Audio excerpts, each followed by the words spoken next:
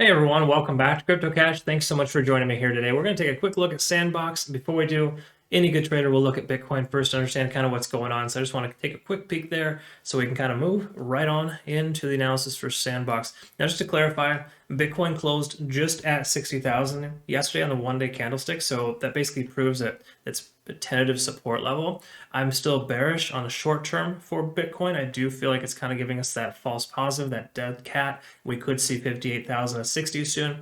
It may also transition down 52,700 as a worst case. That's a one-day candlestick close just before the El Salvador candle on September 7th. So that being said, we kind of have this range, of course, at this point. I'd like to consider buying the dip here, but on the same accord, I'm not really interested in taking a position just yet for my community in that regard because Bitcoin hasn't shown tremendous amount of stability yet. So we're just waiting that out a little bit, kind of see what's going on. Bear in mind, there's a couple of interesting factors. So we got the one-day candle, basically the one-day candlesticks, the 50-day set moving average on the one-day chart, holding as a support. That could continue to push the price action up. I don't think that's going to hold very long. That's just my personal opinion. We also got a potential, and this is, I think, a stronger demotivating factor where we have this potential death cross, right? Where the 50-day set moving average intersects with a 200 in a downward fashion, very much like a MACD bearish divergence where the price is going to get pushed down as a result of that. So that could very well come to fruition here soon. We'll see what happens in the next 24 to 48 hours. So just again, holding off on positions in that sense. I have dollar cost averaged a few times, in fact, and got filled at closer to about 59, 58.5. And I recommend you do the same thing as well for Bitcoin because it will inevitably come back up 80 to 100,000. I think is very likely, if not more. And I think Bitcoin still has more gas left in the tank. This is just that necessary correction before it takes off.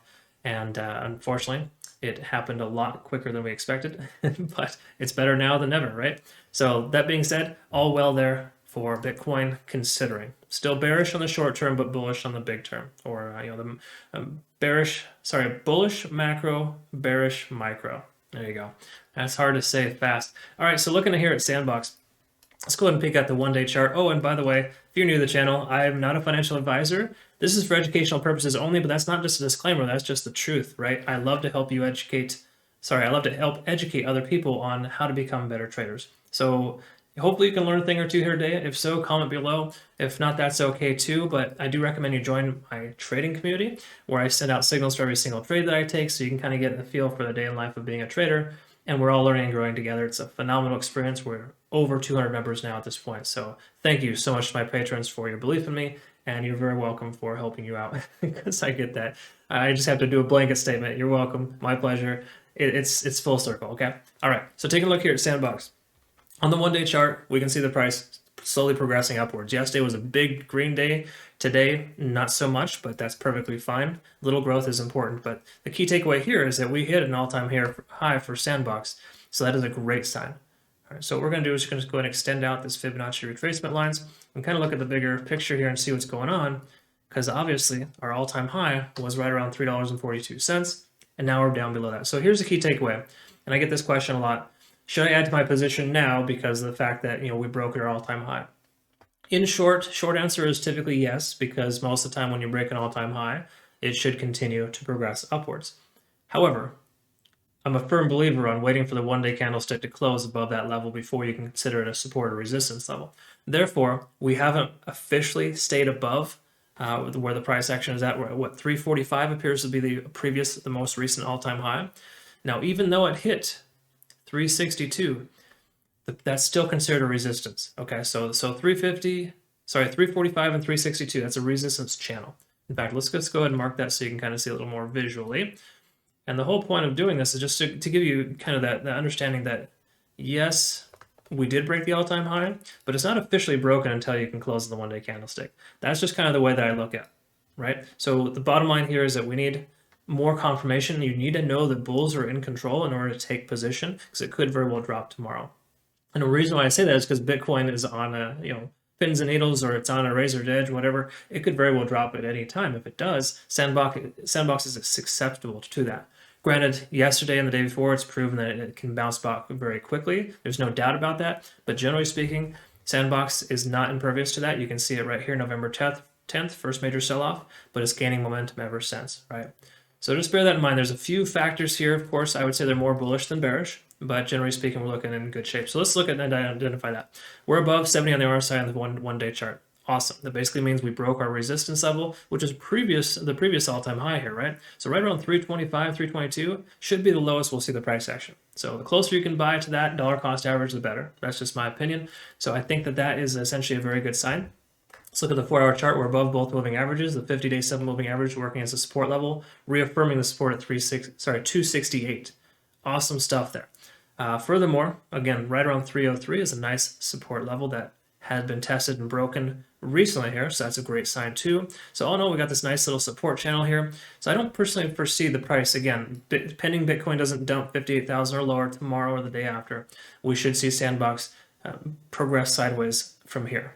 If nothing else, it'll progress upwards, but we want it to go ahead and close above that one-day candlestick because you can see it got rejected pretty hard here when it tried to test that next major resistance level. Okay, so just bear that in mind. You know, we're not out of the woods yet, but commonly coins like this will take off once they reach their all-time high and break their all-time high.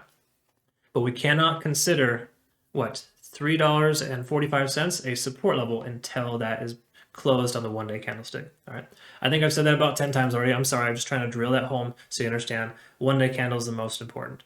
So we're between 50 and 70 on the RSI. This is actually great. It gives us more room for growth. So there's a good chance we could see a leg up here soon. Moving on to the 1 hour, let's go ahead and take a quick peek at the Ishimoku cloud, see if we have some of that confirmation that we're looking for. See here, the baseline is here, leads above. That's good, but they're intersecting right now.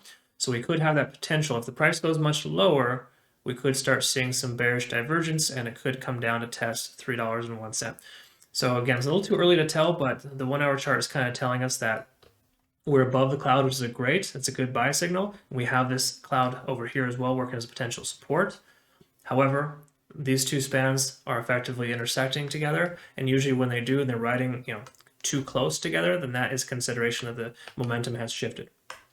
So that's kind of a conflicting scenario there. I wouldn't read into it, but that does kind of tell us that it kind of reaffirms the fact that we don't necessarily want to just shovel all of our money into it, but on the same accord, dollar cost averaging would not be a terrible call right now. Looking at, let's see here, let's go ahead and look at CD sequential. We're probably got a bunch of resets, but we can see we had a 9 here and it tried to push up even higher, got rejected. Tried a second time and got rejected again. So it keeps testing that resistance zone of 345 to 362.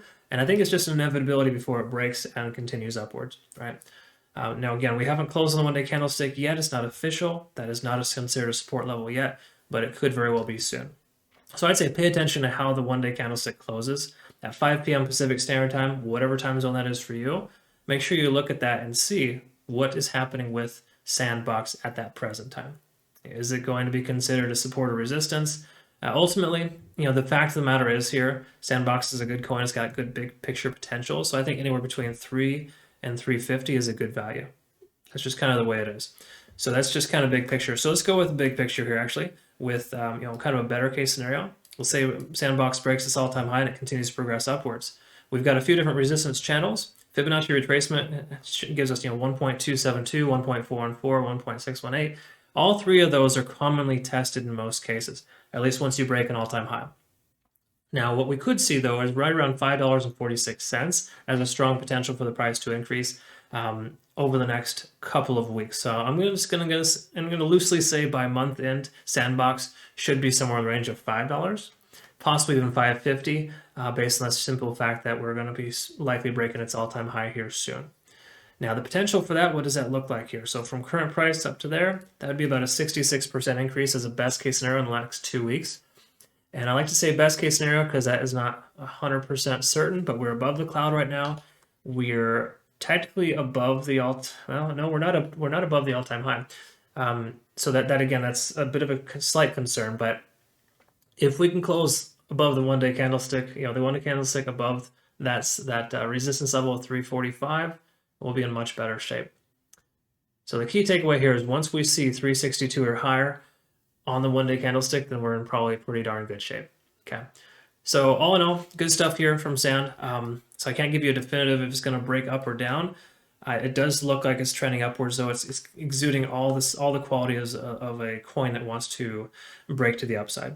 Okay, so I think it's more likely than not that this is going to be bullish on the short term, and obviously still bullish on long term. So take with that what you will. We'll go ahead and cover this again soon just so we can, kind of answer the question and see where that's at. I might even consider taking a look at this again later today after the one-day candlestick closes so we know what we're looking at moving forward. So we'll look forward to seeing you then, right? So thanks again for joining me here. Consider joining my Patreon community, and I hope you have a great rest of your day. We'll look forward to seeing you soon. Have a good one. Take care.